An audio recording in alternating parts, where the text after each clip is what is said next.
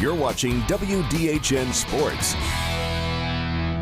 Good evening, everybody. I hope you guys are having a great Thursday. Thank you for tuning in to the Rink and Rob College Football Preview. This is a Facebook digital exclusive, so you guys are pretty lucky to get to see this on Facebook. So we're going to be talking about SEC football and some other Power 5 conferences as well. Last week, we got some good games in the SEC. Obviously, you had 2 ranked games, and we had maybe an upset, but a shocker with Arkansas.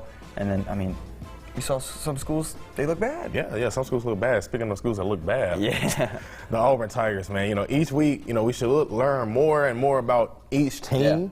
So, it certainly helps when 2 of the top dogs face off. And like I said, my Auburn Tigers, man, we just didn't look good against the top-ranked team, Georgia. It was a struggle bus. They call it the Gus bus. It was a struggle bus. Yeah, they were struggling. And then Alabama, they looked pretty darn good against Texas A&M at home. But yeah, you mentioned the Tigers. Let's go ahead and let's look back at those highlights. I don't know if you want to watch this or not. Watch it. Cover my eyes a little Georgia bit. came in. It was the premier matchup across the country last week.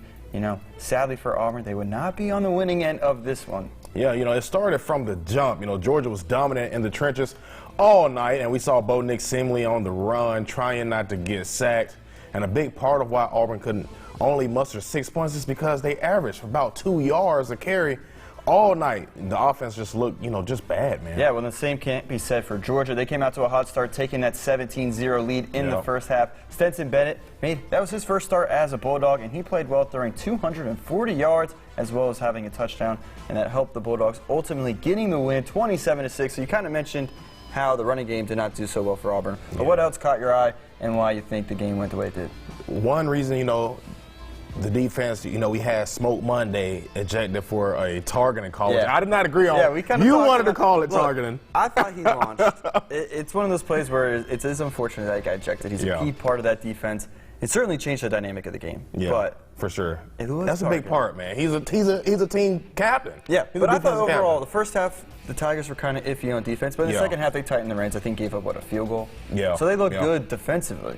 Yeah, but offensively, like you said, like we already talked about Bo Nix. I mean, the line wasn't protecting him, man. I'm not sure. They got to get it together, though.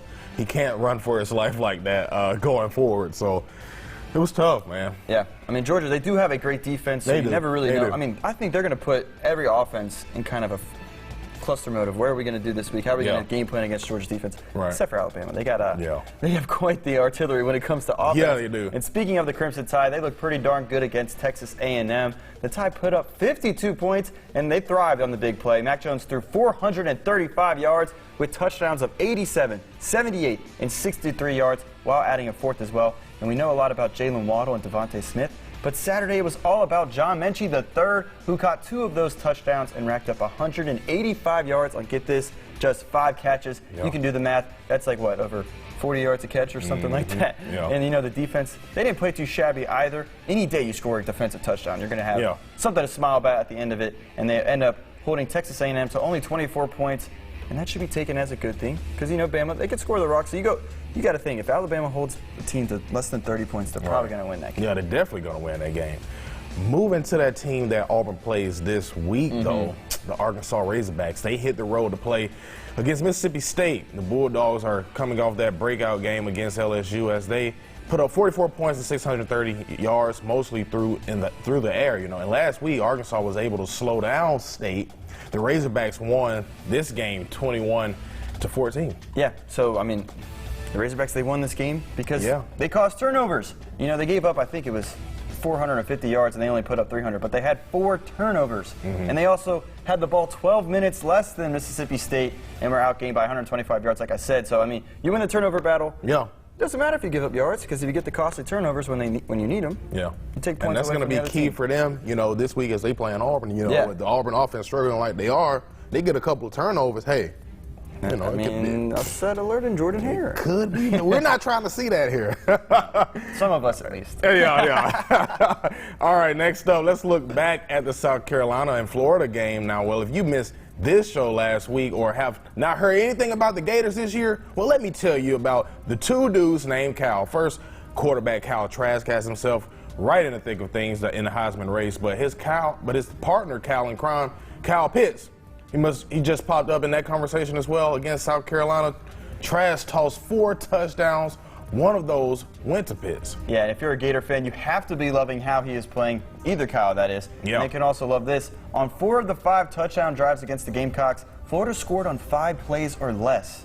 So that means they're moving the ball down the field quickly, and you got to have chunk plays to do that. So I think, man, that offense is explosive. They work very quickly, efficiently, whatever you want to say, and they're going to be tough to stop as well moving throughout the season. Yeah, well, Rink, I know you were one happy dude Saturday. I was.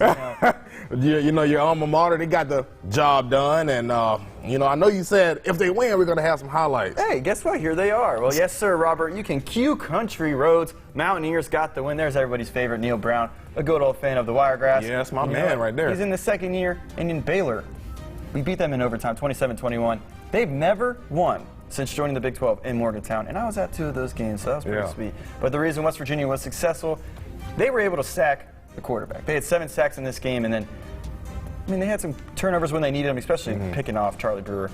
So that was big. And then the second overtime, we actually gave up a touchdown, or we were about to give up a touchdown, and we got an interception and went on to win. 27-21. Mountaineers are 2-1. We're going to run the table in the Big 12. You heard it here first. I don't really know how I'm going to stand by that come week 10, but Neil Brown. The train is a moving. We're looking good. Rink, well, I am happy that you got a chance to, sing your little song that you guys have. I don't know what it's called. Country Roads, man. I'm really glad, but, the Big 12 is still looking kind of bad. Yeah, last week I said that Texas might be our saving grace in the Big 12, and look what they did. Yeah, look what happened. And lose at home to TCU, so maybe now it's Oklahoma State. Fingers crossed. I hope I don't jinx that. That Chuba Hubbard guy, I like him, man. Yeah. He's solid. Yeah, so they have one of the perennial programs in the country, and I love the Cowboys. Yeah. Pokey toke. All right, well, let's look ahead to next week in games in the SEC. We got some good ones again. Auburn, they get a chance to bounce back as they host Arkansas, and they're going to need that win. Alabama will be on the road to take Mississippi State, or Ole Miss, that is. And then Mississippi State and Kentucky, they're both trying to get back in the win column as they square off in Kentucky. And then the Volunteers are getting a chance to prove that they are a thing to be reckoned with in the conference as they go on and play Georgia this week, and that'll be big for the Volunteers. Yeah, and Florida, they will try to keep it going as they have a road game against the ranked Texas A&M Aggies, and LSU looks to get back-to-back wins when they travel to Missouri in a game that was originally scheduled to be in Baton Rouge, but Hurricane Delta had other plans. Yep, and then Missouri. And then South Carolina plays at Vandy. All right, so let's see how Auburn will bounce back with this week when they do play the Razorbacks. They need this. Yeah, they do. And like we talked about earlier when discussing last week, Auburn has to be better on offense if they want to see better results against a team in Arkansas who is not a slouch. So we saw what they did against an offense like Mississippi State who was explosive. So I know a few guys have been banged up, and they need to have Seth Williams healthy too for this one. And Bo Nix has to be better, but so does his blocking. He was a man on the run for the entire game last week. But let's hear what Coach Gus Malzahn thinks he and Chad Morris can do to make things easier on the quarterback. I think the big thing is just, to help him out to be more balanced. And, to be balanced, you've got to be successful running the football too. So, we'll work extremely hard on that moving forward. And I think that'll be a big key. Speaking of injuries, before we get into this next game, we just lost a big one too, KJ Britt. Yeah, that's going to be tough. He's having thumb surgery. You don't know how long he's going to be. I don't know if it's a whole season. It shouldn't. You wouldn't think it is. No. I haven't heard a timetable, but that's a big loss. Yeah, it seems like every year with Auburn, a talk has been the O-line. Yeah. I know a lot of people were asking in the press conference with Malzahn earlier in the week, are you going to switch things around? Yeah. I don't know if he really is going to do anything differently than they did last week against Georgia, but they're going to have to produce and give Bo Nix a pocket. Yeah. Because they have the offense to produce. They just got to have time to do what they need to do. From what I heard, they are narrowing it down, so hopefully they can kind of solidify that offensive line, and maybe we'll have some answers. Because, you keep switching up every week. These guys don't get chemistry, and they don't know how to play with each other. So that's true, especially for freshmen. Going to be something that, as the season progresses, they're going to need to get that fixed. Yeah. But let's switch gears now. Let's talk about Alabama as they play Ole Miss. And this week, Nick Saban will be playing against one of his former assistants, Lane Kiffin, everybody's favorite guy. He's now the head coach over there at Ole Miss. And we know just how dominant Saban has been against his old coaches. Yep. Well, he's been perfect. He is 20-0 against those guys. And this year, Alabama, they've looked great on offense. And a lot of people think the defense can play better. but you can give up points, like we said earlier, if you're a Yep. unit that can force turnovers, and they do that well. So I think for 2 games in the season, once again, Nick Saban, he has a championship caliber team, but let's hear from Saban about how he thinks Kiffin has Yeah. changed the program over there at Ole Miss. We're playing a very good Ole Miss team, this week. I think Lane has done a, outstanding job, there. The players are playing hard, they're playing well on special teams, scoring a whole lot of points on offense. Here we go, Lotto. Here we go. All right, Rob, we talked about my alma mater in WU. Now, your alma mater Let's gets go on with back it. on the field this week. Troy, they're playing their first home game of the season Yeah. at Veteran Memorial We always do it Stadium. big. And that's great. We get to go and watch them. Yeah, we do. We're going to be there. So Saturday at 2:30, the Trojans will be storming into the Vet as they are hosting game number 1 on the season, and they will be playing Sunbelt foe Texas State, who last year the Trojans beat down the Bobcats 63-27. But this year, Troy is prepared for a much different Texas State team. They have a new coach, and they have been splitting time amongst 2 quarterbacks. So after last week's game against South was postponed, Troy is chomping at the bit to get back to the field, and they are excited to finally represent Trojan Nation at home. We've been waiting for this for a long time. We were talking about it today in the weight room. Everybody ready to play a home game. Ready to defend the Vet. Glad to be back. Glad to be back. And, looking forward to playing here in the Vet. I think that's what our players are really most excited about. It feels like we hadn't played here in forever, and here we are the second week of October, and we're in the Vet. So we're looking forward to that.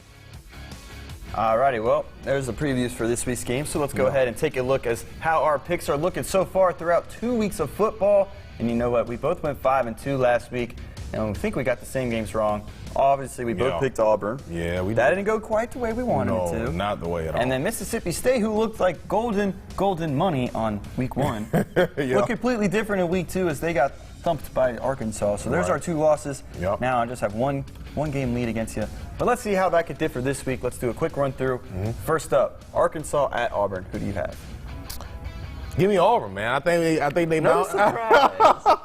Well, I really think I think they bounce back. I think the offensive line got some kinks out, and hopefully they get a job done. Well, I know this is going to ruffle some feathers, but I think Arkansas looked great. They do. They looked great last week. So I think they're going to walk into Jordan Hare.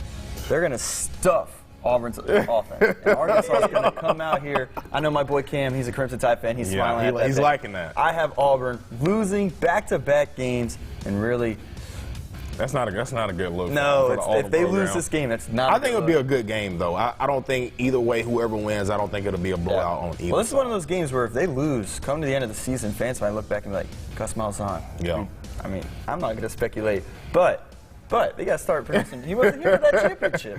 Yeah. All right, well, let's move on to their rival, Alabama, as they take a road trip to Oxford to play the Rebels of Ole Miss.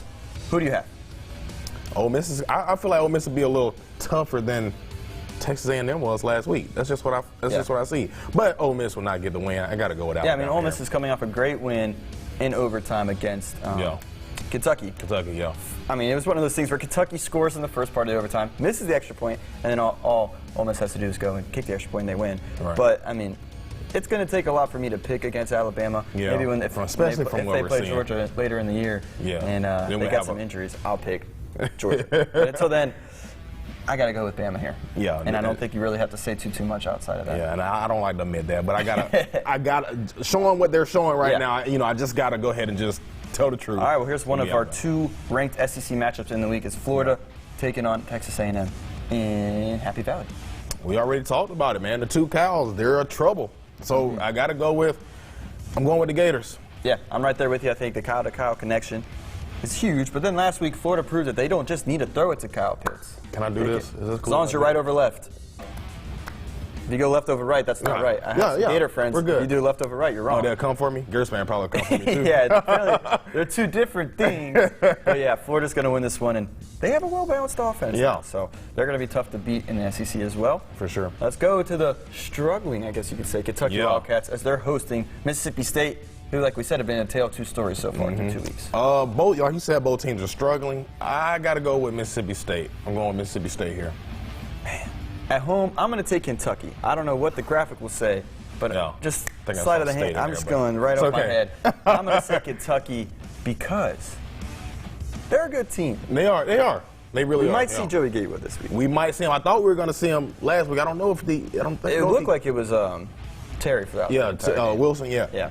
So Yeah, we he shall should see. play. I'm going to pick them just because they're at home, and I know like this could be we might see 80 points in this game, just like Kentucky did last week against Arkansas or Ole Miss. So it'll be a good game, but I think Kentucky gets their first win of the year. Okay. Now, Missouri at LSU. Speaking of teams who looked great last week, LSU looked like a completely different team than they did the first against week. Mississippi Yeah. State. Definitely going LSU here. Yeah. Think they keep it going easy. Missouri, I haven't seen much from Missouri. You know, You ready for this on 3? 1, 2, 3. Go Tigers! I knew you were going to say Go that. Tigers! They can say that once again this week. Yeah, and for they're sure. feeling good. They get 2 wins in a row. Yeah. All right. Probably the best game in the SEC, maybe the Yeah. country, depending on how Tennessee looks. Tennessee at Georgia. Do you have Tennessee solidifying them as a contender in the SEC? You know, I was debating when you put this in the slug here. I was like, man, I don't know who to go with here because I think Tennessee will put up a great fight. They both got Georgia and Tennessee both got good lines, so it's going to be a battle up front. But Georgia showed me what I needed to see last week. That running back, I can't remember his name. Samir White? That guy. He's a monster, man. Yeah. It's going to be good. Stetson Bennett looks like he's getting more confident. Yeah. I'm going with Georgia. See, I got Georgia too. Stetson Bennett looked great, but that's the thing. They don't need him to do anything outside of what a game manager per se needs to do. Yeah. Because they have a good running attack. They have a good defense. They force turnovers. For sure. They stop the run, which is huge. So, I mean, Georgia's going to be I love the SEC. Coming from the Big 12, everybody throws the ball, everybody doesn't play defense. Yeah. Here, you got teams that do everything. Yeah, that's true. So Georgia wins. Georgia, yeah. And a good one. But I think it could actually be a 30-point game. It could be. We said that last week with Alabama, Texas A&M. It could be close, could be a blowout. Was close throughout, and then Bama had that pick 6, and then they just blew it wide open, put up like 25 straight points or something like that. All right, South Carolina at Vanderbilt. This is kind of a tough one to pick because you really don't know what teams these guys look like. You don't. And I'm going with the Gamecocks. I think the Gamecocks get the job done, baby. Will Muschamp and the Gamecocks. Yeah, I'm going to go with the home team again. I got Vandy because why not?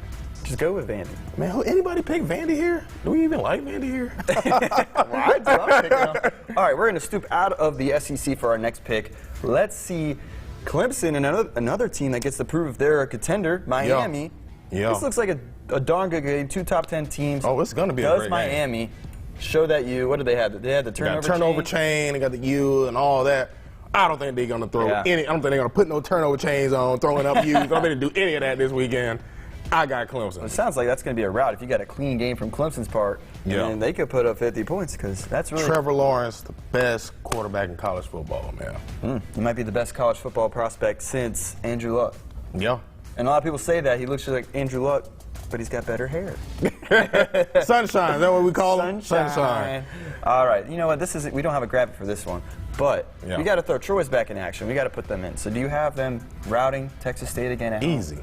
Easy. Yeah. Another blowout. Give it to me. Blowout. Another All right. blowout. Well, I think Texas State's a much better team than they were a year ago. They've got obviously a new coach, and they played well this year. They played SMU to a one-possession game, who's now 4-0 and ranked like 18th. Yeah. They played well against Boston College, who they played well against North Carolina in their last game. So they look better than what they did last year. But I think Troy, there's no way you wait almost 6 weeks since you were supposed to start the season and finally get a home game. Troy's going to win. They're going to come out smoking.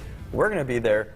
We're going to have all those highlights. We're going to have it for you. We're going to have it. We'll get them back here Saturday night. You come on thefirst.com. You'll see everything you need to know. We'll have the fan perspective. We'll have scores of that game. Correct. So we're plugging our. We're doing it big. We're going to do it big for you all. I promise. We're going to do it big. All right. Well, there's some picks. I think we got about 10 or so. Yeah. All right. But week 3 of SEC football is here. So this is the Rink and Rob College Football Preview Show. Hey, and if you're sitting around at home on Facebook as you are watching this, I know you all on Facebook. Yeah, Come on, if you want to see give some it a high school football highlights tonight. Hurricane Delta gives us high school football on Thursday. Thursday night football. Don't watch the NFL Network. Watch high school football. Right here. You'll see some kids you might know whether you go out to the gas station or church or wherever you go. You might see these kids. So 10. We'll go on to probably about 10:15, but you watch the whole 10 o'clock newscast. Yeah, the whole thing. Mike Gershman You will get be your here. news. You get a lot of sports. Come on. Yeah, you'll see him. You'll see me. You see me. You'll see everybody. All right, so that's going to be it for this week. Like I said, watch us tonight, watch us tomorrow, and we'll see you later on.